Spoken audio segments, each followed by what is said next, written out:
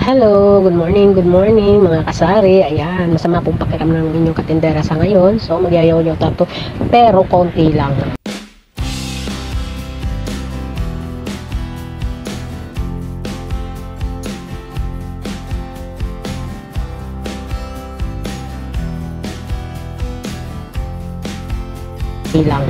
Konti lang, pero haabutin tayo ng minutes. Ayan.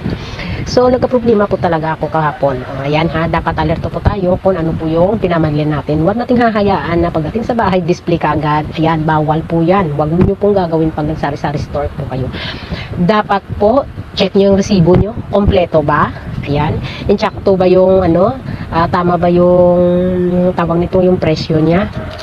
Kasi ako, nasasanay na po talaga ako guys na sila lang na naglalagay sa cartoon, tapos pinapapick up ko lang sa asawa ko tuwing hapon. So ayun, parang duda ako kasi ang binayaran ko is 11,635. So ang 11,635, so ayan, ang 11,635 marami na po yun. So nag-doubt ako, sabi ko, ba't yan lang? Tapos ang haba ng tingnan nyo, listahan, ang haba, diba? Ang haba ng listahan niya. So ang ginawa ko po guys, ayan, ang ginawa ko, ayan o, 11,000. So, ang ginawa ko po,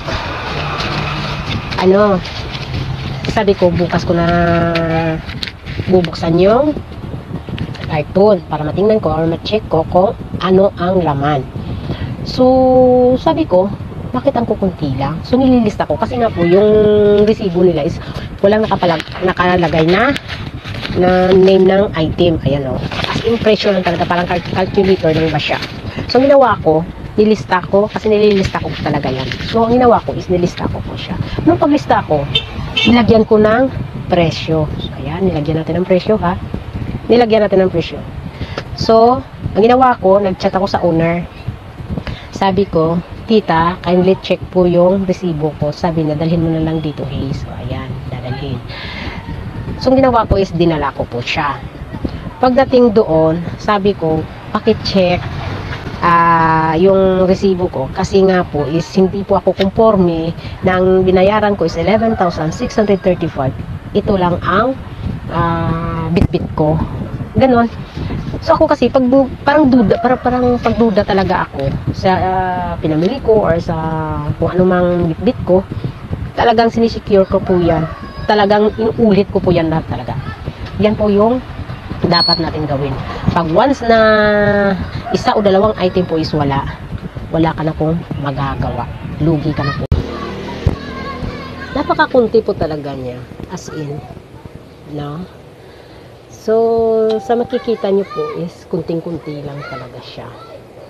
So, ang ginawa ko, pinadouble check ko, pina-recount ko yung presyo. At sabi ko, lagyan nyo ng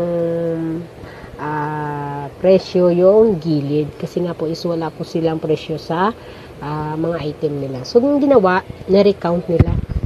Imagine guys, ang binayaran ko kahapon is 11,635. So, ang 11,635, so marami na yun. So, nung ni-recount kanina, twice talaga ginawa.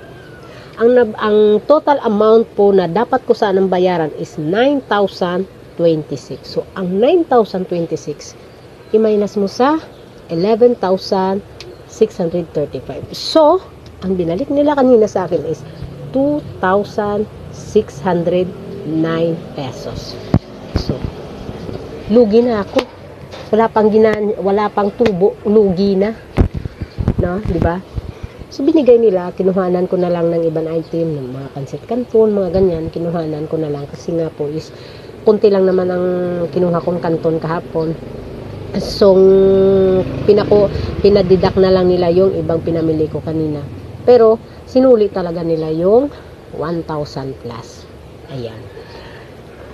Dapat po masusi tayo na yung mga pinamili natin, ulit-ulitin natin, tama ba to, tama bang presyo, kasi nga po, tao lang din ang nagka-count, no? Tao lang din ang bibilang, hindi computer.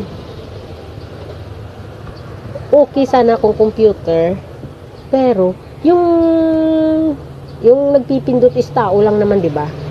isang number lang po na mali, talagang mali na po yung total amount niya. So, ayan. Sana po makapulutan nyo po ng aral na dapat po pag nagsasari-sari store po tayo, ano tawag nito, yung dapat chine-check natin. Check natin kung ano talaga may mali ba sa resibo ko, may mali ba sa mga pinamili ko. Ganyan para hindi ka iwas lugi. So, ayan guys. So, kailangan talaga marunong tayong mag-check ng mga pinamili natin ngayon para po hindi po tayo malugi. So, ayan guys.